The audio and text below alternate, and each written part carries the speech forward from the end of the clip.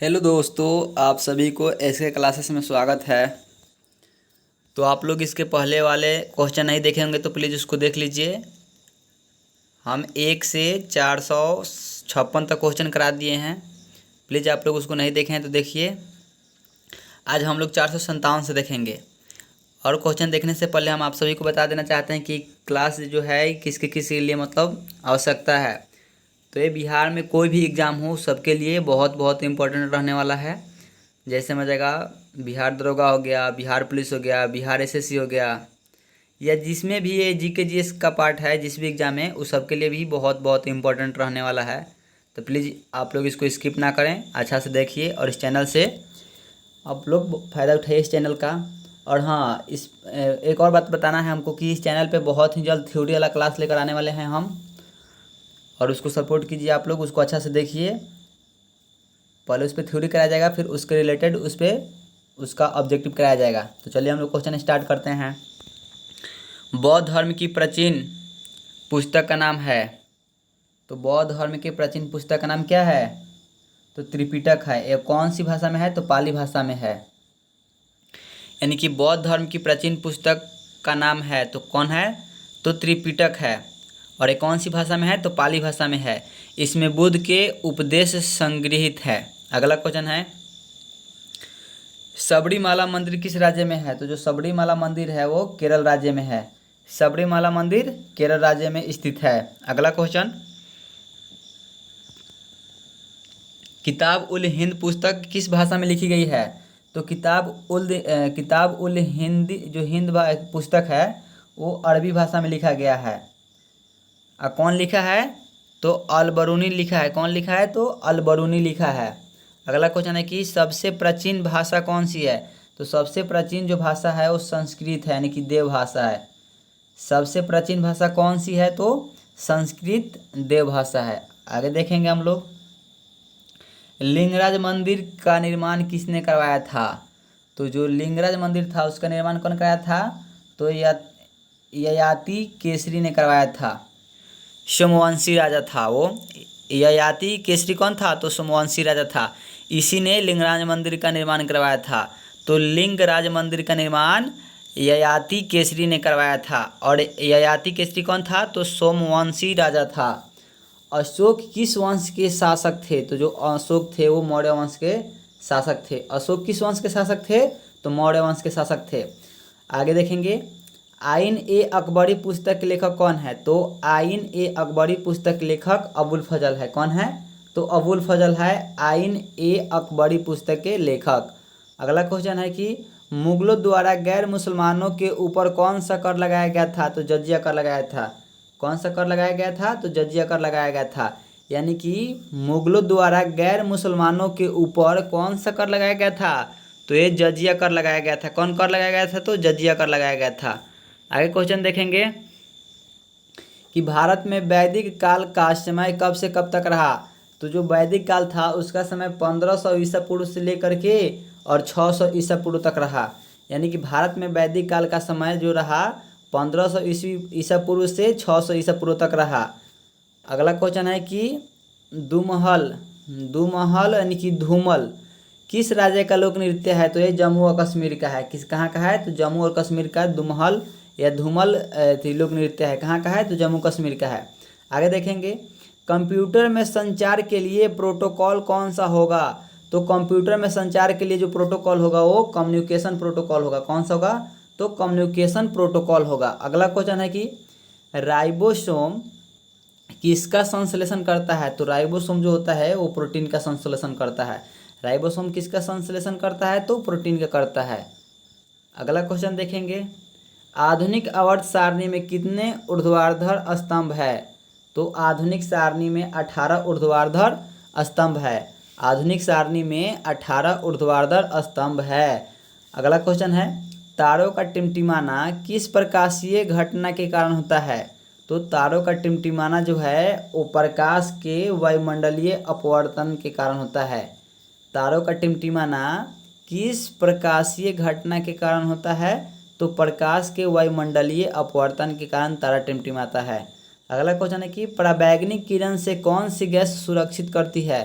तो पराबैंगनी किरण जो है उससे ओजोन O3 क्या करता है, सुरक्षित करता है या सुरक्षा करता है। यानी कि पराबैंगनी किरणों से ओजोन जो है, ओजोन गैस सुरक्षा करती है। अगला क्वेश्चन है कि दंत रोग चिकित्सक किस दर्पण का उपयोग करते हैं। यानी कि जो दांत का डॉक्टर होता है वो किस दर्पण का उपयोग करता है, तो अवतल दर्पण का उपयोग करता है। यानी कि दांत का डॉक्टर जो होता है वो अवतल दर्पण का उपयोग करता है। अगला क्वेश्चन है छुई पौधा का वैज्ञानिक नाम क्या है। तो छुई जो पौधा है उसका वैज्ञानिक नाम है मिसोपुडिका है,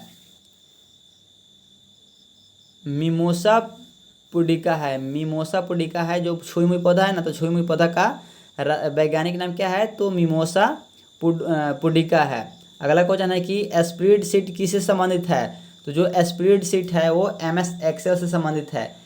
स्प्रेडशीट जो है वो MS एक्सेल से संबंधित है। स्प्रेडशीट जो है वो MS एक्सेल से संबंधित है।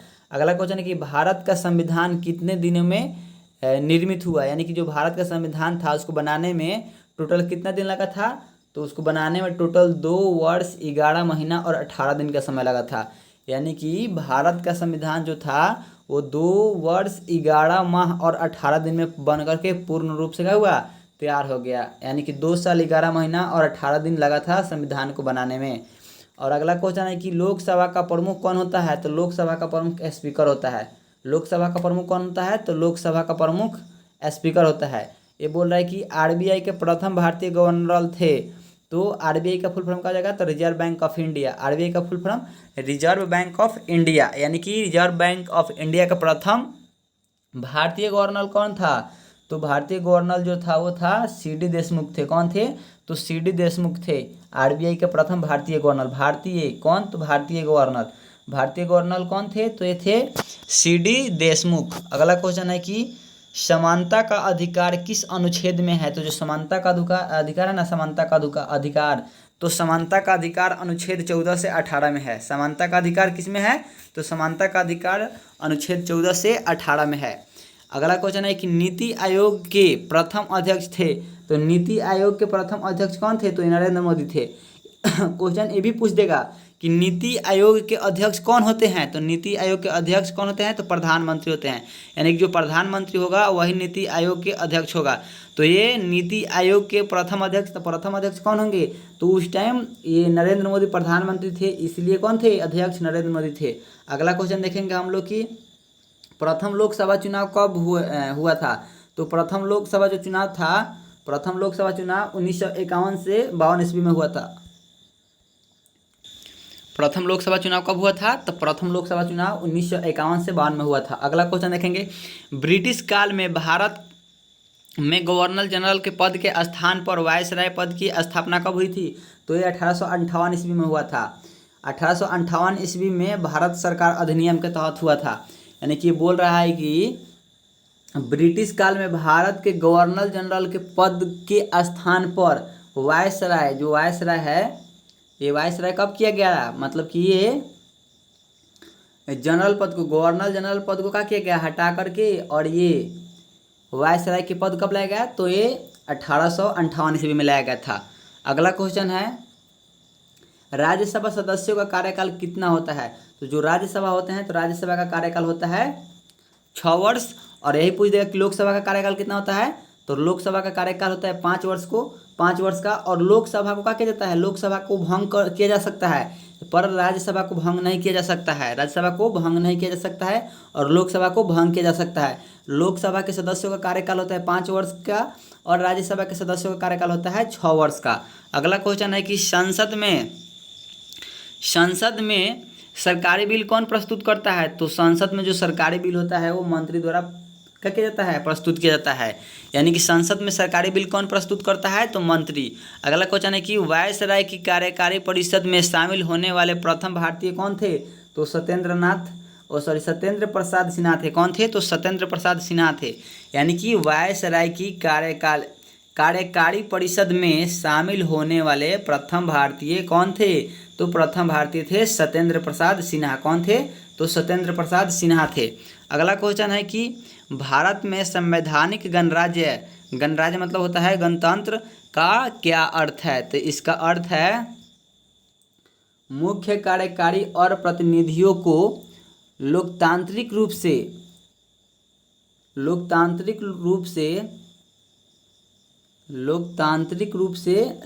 द्वारा चुना जाता है। यानी कि भारत में संवैधानिक गणराज्य का क्या अर्थ है? तो मुख्य कार्यकारी और प्रतिनिधियों को लोकतांत्रिक रूप से लोगों द्वारा चुना जाना। अगला क्वेश्चन है कि उच्च सदन किसे कहा जाता है? तो उच्च जो सदन है, उच्च सदन कहा जाता है राज्यसभा को। राज्यसभा को उच्च सदन कहा जाता है। और बोल देगा कि निम्न सदन कहा जाता है, तो निम्न सदन किसे कहा जाता है? तो लोकसभा को निम्न सदन कहा जाता है और राज्यसभा को उच्च सदन कहा जाता है। अगला क्वेश्चन है कि केंद्र और राज्य के बीच विधायकी शक्तियों का वितरण किस अनुसूची में है? तो ये 7वीं अनुसूची में है। यानी कि केंद्र और राज्य के बीच विधायकी शक्तियों का वितरण जो है वो 7वीं अनुसूची में है। अगला क्वेश्चन है कि राष्ट्रीय मानवाधिकार आयोग की स्थापना हुई, कब हुई थी? तो ये 12 अक्टूबर 1993 ईस्वी में राष्ट्रीय मानवाधिकार आयोग की स्थापना 12 अक्टूबर 1993 ईस्वी में हुआ था। अगला क्वेश्चन है कि सर्वोच्च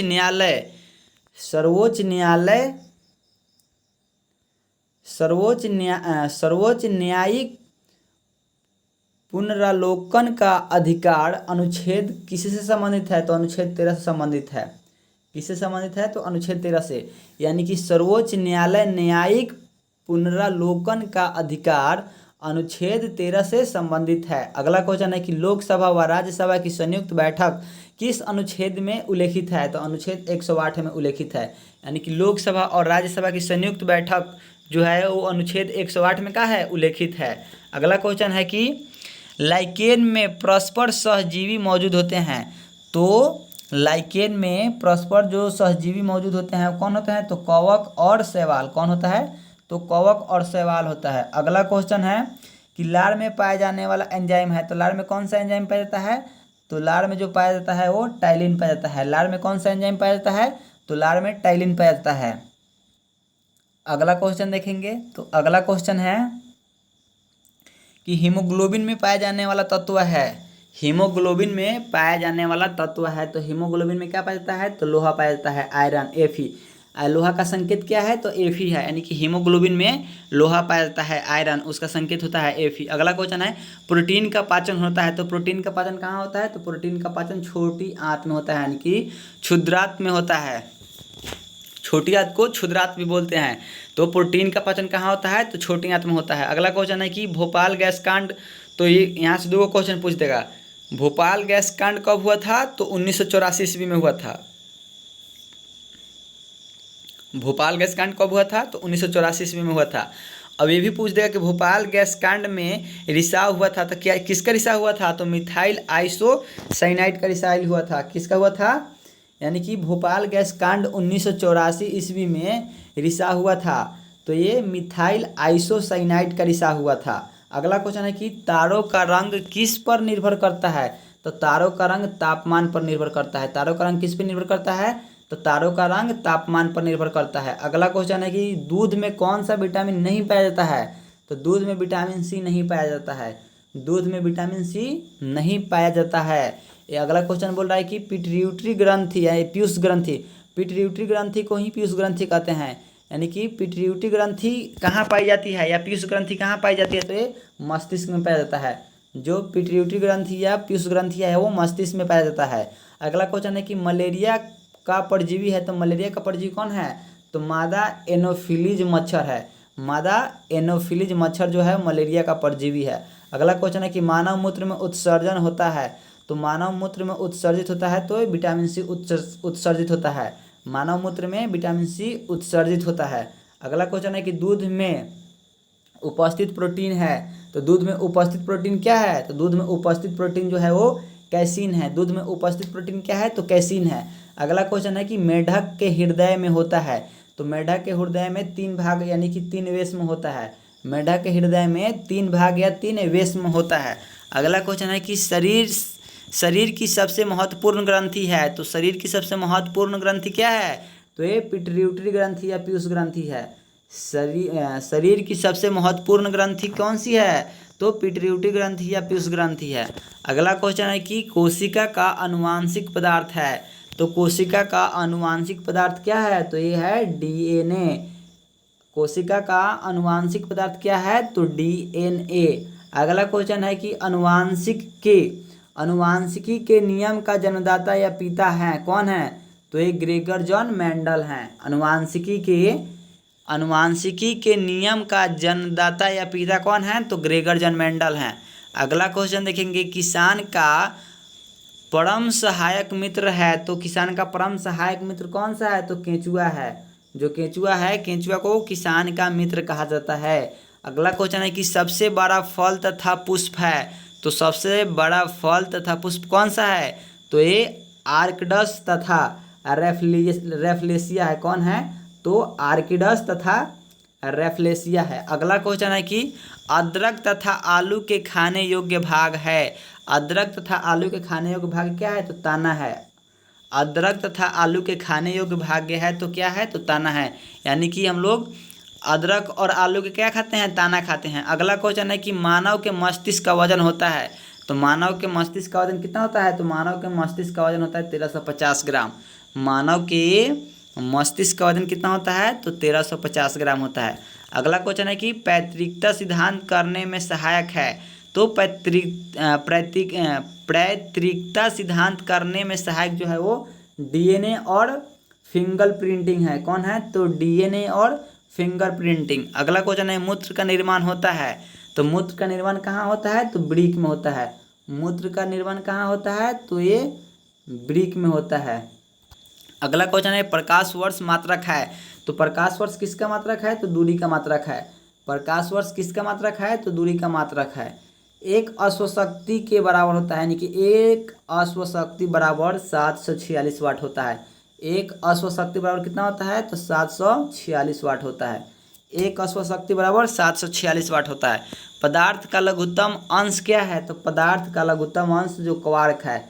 पदार्थ का लघुत्तम अंश क्या है, तो पदार्थ का लघुत्तम अंश जो है वो क्वार्क है। अगला क्वेश्चन है लेंस की क्षमता का मात्रा क्या होता है, तो लेंस की क्षमता का मात्रक डायोप्टर होता है, इसे डी से डिनोट किया जाता है।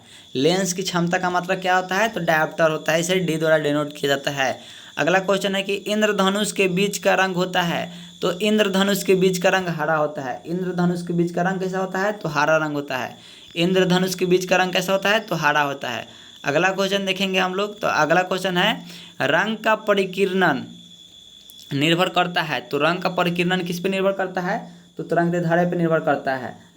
तरंग का परिकीर्णन निर्भर करता है, तो तरंगदैर्ध्य पर निर्भर करता है। अगला क्वेश्चन है कि रेटिना पर बना प्रतिबिंब होता है, तो रेटिना पर बना प्रतिबिंब वास्तविक होता है, उल्टा तथा वस्तु से छोटा।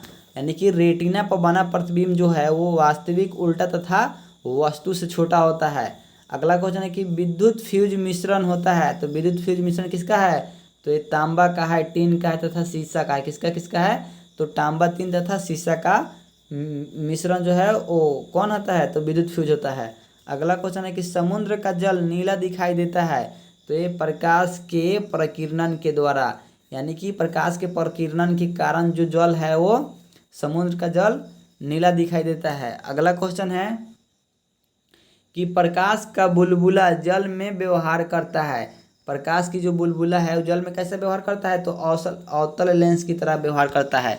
यानी कि वायु का बुलबुला जल में व्यवहार करता है, तो अवतल लेंस की तरह व्यवहार करता है। अगला क्वेश्चन है तारों का टिमटिमाने का कारण है, तो प्रकाश का अपवर्तन। प्रकाश के अपवर्तन के कारण तारा टिमटिमाता है। अगला क्वेश्चन है हीरा का चमकना तथा मृगमरीचिका बनने का कारण है, तो ये पूर्ण आंतरिक परावर्तन। पूर्ण आंतरिक परावर्तन के कारण हीरा चमकता है और मृगमरीचिका बनता है। मृगमरीचिका बनता है। अगला क्वेश्चन है कि कैंडिला किसका मात्रक है, तो जो कैंडिला है ज्योति तीव्रता का मात्रक है। कैंडिला किसका मात्रक है, तो कैंडिला ज्योति तीव्रता का मात्रक है। अगला क्वेश्चन देखेंगे हम लोग, तो अगला क्वेश्चन है कि भू स्थिर उपग्रह की पृथ्वी से ऊंचाई होती है, तो ये 36,000 किलोमीटर होती है। यानी कि भू स्थिर उपग्रह की पृथ्वी से ऊंचाई कितनी है, तो ये 36,000 किलोमीटर है। कितनी है, तो 36,000 किलोमीटर है। अगला क्वेश्चन है कि सूर्य की ऊर्जा का स्रोत है, तो सूर्य की ऊर्जा का स्रोत नाभिकीय संलयन है।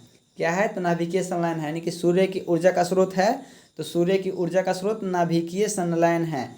अगला क्वेश्चन है कि किस भारतीय नेता को पराया लौह पुरुष कहा जाता है, तो सरदार वल्लभ भाई पटेल को लौह पुरुष के नाम से जाना जाता है। सरदार वल्लभ भाई पटेल को लौह पुरुष के नाम से जाना जाता है। अगला क्वेश्चन है कि भारत में ईस्ट इंडिया कंपनी स्थापित करने की अनुमति अंग्रेजों को किसने दिया था, तो जहांगीर ने दिया था।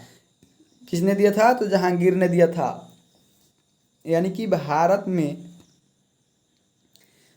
में ईस्ट इंडिया कंपनी स्थापित करने की अनुमति अंग्रेजों को जहांगीर ने दिया था। कौन दिया था? तो जहांगीर ने दिया था। अगला क्वेश्चन है कि 15 अगस्त 1947 को आज़ादी के समय महात्मा गांधी कहाँ थे, तो कोलकाता में थे। यानी कि 15 अगस्त 1947 को हमारा क्या हुआ था, भारत आज़ाद हुआ था, तो उस टाइम ये महात्मा गांधी कहाँ थे, तो महात्मा गांधी थे ये कोलकाता में थे। अगला क्वेश्चन है कि कायदे आजम किसे कहा जाता है, तो जो कायदे आजम कहा जाता है मोहम्मद अली जिन्ना को कहा जाता है। मोहम्मद अली जिन्ना को कायदे आजम कहा जाता है। मोहम्मद अली जिन्ना को कायदे आजम कहा जाता है। अगला क्वेश्चन है कि गांधी जी किस गोलमेज सम्मेलन में भाग लेने के लिए लंदन गए थे, तो ये द्वितीय गोलमेज सम्मेलन में भाग लेने के लिए लंदन गए थे। यानी कि जो महात्मा गांधी थे ये द्वितीय गोलमेज सम्मेलन में भाग लेने के लिए कहाँ गए थे, तो लंदन गए थे। अगला क्वेश्चन देखेंगे हम लोग, तो अगला क्वेश्चन है कि चरक और नागार्जुन किस शासक के दरबार की शोभा थे, तो एक कनिष्क के था। यानी कि चरक और नागार्जुन जो था वो कनिष्क के दरबार की शोभा था। अगला है कि भारत की इलायची का सर्वाधिक उत्पाद राज्य कौन सा है, तो ये केरल है। यानी कि भारत में इलायची का सर्वाधिक उत्पाद राज्य कौन सा है, तो ये केरल है। अगला क्वेश्चन है कि भारत और पाकिस्तान की सीमा रेखा का निर्धारण किसने किया था, तो ये सर सिरिल रेडक्लिफ ने किया था। ये दिया रहा है चाहे नहीं दिया रहा है, सर सिरिल दिया रहा है चाहे ना दिया रहा है, रेडक्लिफ दिखा तो मार देंगे। रेडक्लिफ जो है वो भारत और पाकिस्तान की सीमा का क्या करता है, निर्धारण करता है। कौन, तो रेडक्लिफ। अगला क्वेश्चन देखेंगे हम लोग, तो अगला क्वेश्चन बोल रहा है कि जो बौद्ध साहित्य किस भाषा में लिखा गया है, तो जो बौद्ध साहित्य है ये कौन भाषा में लिखा गया है, तो ये पाली भाषा में लिखा गया है। कौन भाषा में लिखा गया है, तो पाली भाषा में लिखा गया है बौद्ध साहित्य। अगला क्वेश्चन है कि भारत में गुलाम वंश का संस्थापक कौन था, तो भारत में गुलाम वंश का संस्थापक जो था वो कुतुबुद्दीन ऐबक था। भारत में गुलाम वंश का संस्थापक कौन था, तो कुतुबुद्दीन ऐबक। कौन था, तो कुतुबुद्दीन ऐबक था। अगला क्वेश्चन है कि चट्टानों को टकराकर बनाए गए एलिफेंटा मंदिर किसने बनवाया था, तो चट्टानों को काटकर बनाए गए एलिफेंटा मंदिर जो था वो राष्ट्रकूटों के द्वारा बनाया गया था। यानी कि राष्ट्रकूट के वंश द्वारा बनाया गया था चट्टान को काट करके एलिफेंटा की मंदिर। यानी कि चट्टान को काट करके एलिफेंटा की मंदिर कौन बनवाया था, तो राष्ट्रकूट वंश ने बनवाया था। जो अगला क्वेश्चन है कि इतिहास में चोल शासक किस प्रकार के प्रशासन के लिए प्रसिद्ध थे, तो ये ग्राम प्रशासन के लिए प्रसिद्ध थे। कौन, तो चोल। कौन, तो ग्राम प्रशासन के लिए। अगला क्वेश्चन है कि चाणक्य को किस नाम से जाना जाता था, तो चाणक्य को विष्णुगुप्त कौटिल्य के नाम से जाना जाता था। चाणक्य को विष्णुगुप्त कौटिल्य के नाम से जाना जाता था। अगला क्वेश्चन है कि अशोक के अभिलेख को सर्वप्रथम किसने पढ़ा, तो जेम्स प्रिंसेप ने पढ़ा था। अशोक के अभिलेख को सर्वप्रथम किसने पढ़ा था, तो ये जेम्स प्रिंसेप ने पढ़ा था। अगला क्वेश्चन है कि महात्मा गांधी के किस सत्याग्रह आंदोलन में स्त्री ने सर्वाधिक भाग लिया था। यानी जो स्त्री थी वो महात्मा गांधी की किस सत्याग्रह में भाग ली थी, तो ये नमक सत्याग्रह जो था, तो नमक सत्याग्रह में बहुत सारी स्त्री ने भाग लिया था। इसमें तो नमक सत्याग्रह में, तो यानी कि महात्मा गांधी के किस सत्याग्रह आंदोलन में स्त्रियों ने सर्वाधिक भाग लिया था, तो नमक सत्याग्रह में। अगला क्वेश्चन है कि विजयनगर साम्राज्य की राजधानी हम्पी किस नदी के तट पर स्थित है, तो तुंगभद्रा नदी के तट पर स्थित है। यानी कि विजयनगर साम्राज्य की राजधानी हम्पी जो है वो किस नदी के तट पर स्थित है? तो तुंगभद्रा नदी के तट पर स्थित है। अगला क्वेश्चन देखेंगे। तो अगला क्वेश्चन है कि जैनवाद पूर्ण ज्ञान को किस रूप में उल्लेखित करता है? तो एक कैवल्य के रूप में उल्लेखित करता है। यानी कि जैनवाद पूर्ण ज्ञान को किस रूप में उल्लेखित करता है? तो ये कैवल्य के रूप में उल्लेखित करता है। अगला क्वेश्चन देखेंगे कि कुषाण काल में सबसे अधिक विकास किस क्षेत्र में हुआ? तो ये काला के क्षेत्र में, किसमें? तो काला के क्षेत्र में। यानी कि बोल रहा है कि कुषाण काल में सबसे अधिक विकास किस क्षेत्र में हुआ? तो कुषाण काल में सबसे अधिक विकास काला के क्षेत्र में हुआ था। अगला क्वेश्चन है कि सिंधु घाटी की सभ्यता विशिष्टकृत है। तो सिंधु घाटी की सभ्यता जो है वो नगर नियोजन के लिए क्या है? तो विशिष्टकृत है। किसके लिए? तो नगर नियोजन के लिए। अगला क्वेश्चन है कि पाकिस्तान को अलग राज्य बनाने के लिए मुस्लिम लीग ने सबसे पहले कब मांग की? तो 1940 में मांग किया था कि हमें अलग पाकिस्तान बना देने के लिए। निकी पाकिस्तान को अलग राज्य बनाने के लिए मुस्लिम लीग ने सबसे पहले कब मांग की थी? तो ये 1940 में मांग की थी कि हाँ हमें पाकिस्तान राज्य एक अलग बना देने के लिए। अगला क्वेश्चन है कि शिवाजी के जीवन की प्रारंभिक कार्यस्थली कहाँ थी? क्वेश्चन बोल रहा है कि शिवाजी के जीवन की प्रारंभिक कार्यस्थली कहाँ थी? तो ये थी मालवा प्रदेश में। कहाँ? तो मालवा प्रदेश में थी। कहाँ थी? तो मालवा प्रदेश में। अगला क्वेश्चन है कि गदर पार्टी का मुख्यालय कहाँ था? तो गदर पार्टी का मुख्यालय जो था वो सैन फ्रांसिस्को में था। यानी कि गदर पार्टी का मुख्यालय कहाँ था? तो सैन फ्रांसिस्को में था। अगला क्वेश्चन है कि किस पेशवा को इतिहास में नाना साहिब के रूप में जाना जाता है? तो बालाजी रावत को। किसको? तो बालाजी बाजीराव को जाना जाता है। किसके रूप में? तो पेशवा को इतिहास में नाना साहिब को बालाजी बाजीराव के रूप में जाना जाता है। अगला क्वेश्चन है कि किस कारण से पूरा पाषाण काल युग का नवपाषाण काल युग में परिवर्तन संभव हो सका? तो ये पहिए के आविष्कार के कारण। यानी कि बोल रहा है क्वेश्चन कि किस कारण से पूरा पाषाण काल युग का नवपाषाण काल युग में परिवर्तन संभव हो सका? तो ये पहिए का आविष्कार के कारण। अगला क्वेश्चन है कि बुलंद दरवाजा किस इमारत से संबंधित है? तो फतेहपुर सीकरी से संबंधित है। किससे संबंधित है? तो फतेहपुर सीकरी से संबंधित है। यानी कि जो बुलंद दरवाजा है वो फतेहपुर सीकरी से संबंधित है। अगला क्वेश्चन है कि टीपू सुल्तान की राजधानी कहाँ थी?